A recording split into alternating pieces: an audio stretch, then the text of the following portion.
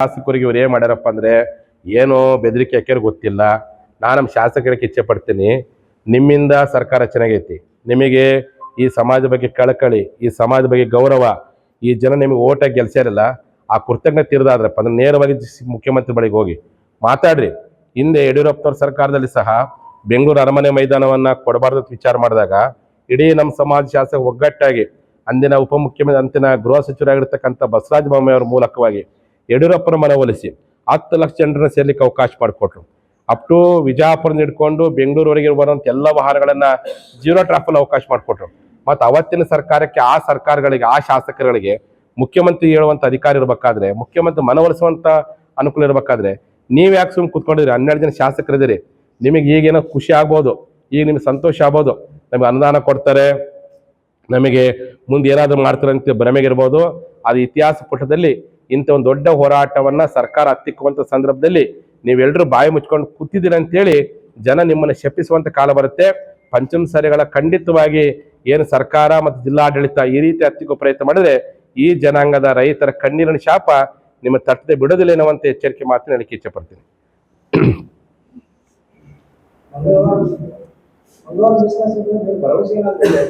ಏನ್ ಅಲ್ರಿ, ಇದು ನಾವು ಹೋರಾಟ, ನನಗೆ ನಂಬಿಕೆ ಐತಿ, ವಿಶ್ವಾಸ ಐತಿ.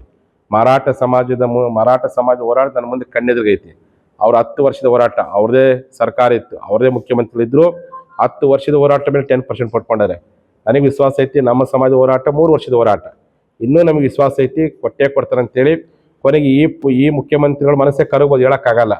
ಈ ಮುಖ್ಯಮಂತ್ರಿ ಹೆಂಗೆ ರಾಯಣ್ಣನ ಮನಸ್ಸು ಕರೆಗೆ ಚೆನ್ನಮ್ಮನ ಸಂಸ್ಥಾನ ಉಳಿಸಿದ್ರು, ರಾಯಣ್ಣನ ಸ್ವರೂಪವಾಗಿರುತ್ತೆ ಸಿದ್ದರಾಮಯ್ಯನವ್ರ ಮನಸ್ಸು ಕರಿಗೆ ಚೆನ್ನಮ್ಮನ ಮಕ್ಕಳಿಗೆ ನ್ಯಾಯ ಕೊಡ್ಬೋದು. ಆ ಶಕ್ತಿಯನ್ನು ಭಗವಂತ ನಮ್ಮ ಮುಖ್ಯಮಂತ್ರಿ ಕೊಡ್ಲಿ ಅಂತ ಪ್ರಾರ್ಥನೆ ಮಾಡ್ತೀವಿ.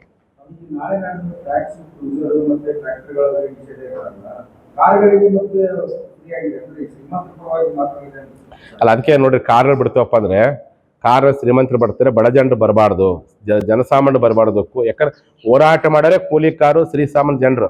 ಅವ್ರಿಗೆ ಏನ್ ದೊಡ್ಡ ತೆಲಿ ಹೋಗಿತ್ತಪ್ಪ ಅಂದ್ರೆ ವಕೀಲರ ಮುಂದಾಳತ ಹಾಕ್ಬಿಟ್ಟವಲ್ಲ, ಅದು ದೊಡ್ಡ ಸಮಸ್ಯೆ ಆಗ್ಬಿಟ್ಟೈತಿ. ವಕೀಲರ ಮುಂದಾಳತಕ್ಕೆ ಹೆಂಗಪ್ಪ ವಕೀಲರನ್ನ ಹೆಂಗ್ ಮುಟ್ಟೋದು, ಹೆಂಗ್ ಅವ್ರು ಟಚ್ ಮಾಡೋದು ಅಂತೇಳಿ ಆ ಉದ್ದೇಶಕ್ಕೋಸ್ಕರ ಹೆಂಗಾರು ಮಾಡಿ ಅವ್ರನ್ನ ಎದುರಿಸಿ ಬೆದರಿಸಿ ಒಟ್ಟಾರೆ ಬಂದ್ ಮಾಡ್ಬೇಕು.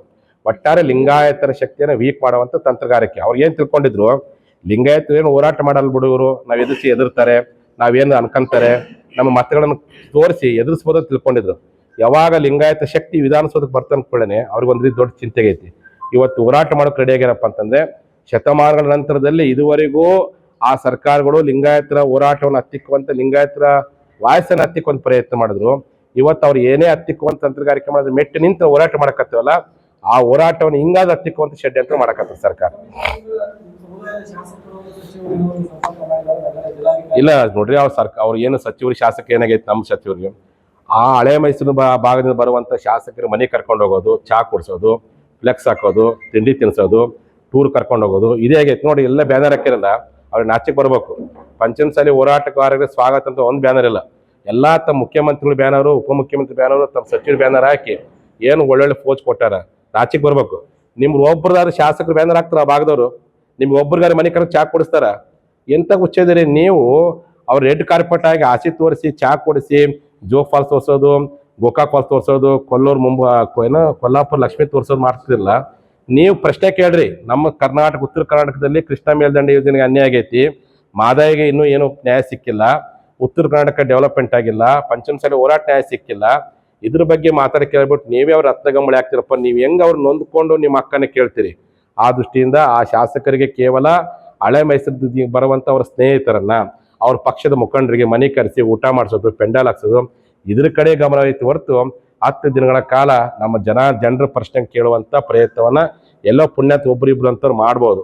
ಉಳಿದವ್ರ ಬುಷ್ಟಿ ಏನ ಬರೀ ಇವ್ರಿಗೆ ಟೂರಿಗೆ ಅಂತ ಬರ್ತಾರೆ, ಇವ್ರಿಗೆ ಕರ್ಕೊಂಡು ಸುತ್ತಮುತ್ತ ಸೈಡ್ ಸೀನ್ ತೋರಿಸೋದು, ಊಟ ಮಾಡಿ ಕಳ್ಸೋದು, ಅಂತ ಲೆಕ್ಕ ನಮ್ಮವ್ರು ಸೇರ್ಕೊಂಡ್ಬಿಟ್ಟಾರೆ. ಅದು ಬಹಳ ಬೇಜಾರು. ಈಗ ನಮ್ಮ ಎಲ್ಲಾ ಶಾಸಕರಿಗೆ ಈ ಮೂಲಕ ಇಚ್ಛೆ ಪಡ್ತೀನಿ, ನಿಮ್ಮ ಎಲ್ಲಾ ನಮ್ಮ ಪಂಚಮಸಾಲಿ ಜನಾಂಗದ ಶಾಸಕರು 10ನೇ ಕಡೆ ಒಂದು ಹೋರಾಟಕ್ಕೆ ಕಡ್ಡಾಯ ನೀವು ಆಚರಿಸಬೇಕು. ನೀವೇನಾದ್ರೂ ಯಾವ್ದಾರ ಮಾತು ತಿಳ್ಕೊಂಡು ತಪ್ಪಿಸ್ಕೊಳ್ಳೋ ಪ್ರಯತ್ನ ಮಾಡಿದ್ರೆ ಮುಂದೆ ಜನ ನಿಮ್ಮನ್ನ, ನೀವ್ ಹೆಂಗೆ ಜನರನ್ನ ಹೋರಾಟವನ್ನು ತಪ್ಪಿಸ್ಕೊಳ್ಳೋ ಪ್ರಯತ್ನ ಮಾಡ್ತೀರಿ, ನೀವು ಅವ್ರ ಮನೆಗೆ ಓಟ್ ಕೇಳಕ್ ಹೋದಾಗ ನಿಮ್ಮನ್ನ ನೋಡಿ ಜನ ತಪ್ಪಿಸ್ಕೊಳ್ಳೋ ಕಾಲ ಬರುತ್ತೆ. ಆ ದೃಷ್ಟಿಯಿಂದ ನಿಮ್ಮ ಮೇಲೆ ಗೌರವ ಇಟ್ಟ ನಂಬಿಕೆ ಇಟ್ಟಿದ್ರೆ ಎಲ್ಲ 20 ಜನ ಪಂಚಮಸಾಲಿ ಶಾಸಕರು, ಅದು ಕಾಂಗ್ರೆಸ್ ಇರಲಿ, ಬಿಜೆಪಿ ಇರಲಿ, JDS ಇರಲಿ, ಎಲ್ಲರೂ ಕಂಪಲ್ಸರಿ ನಾಳೆ ಹೋರಾಟಕ್ಕೆ ಬರಬೇಕು.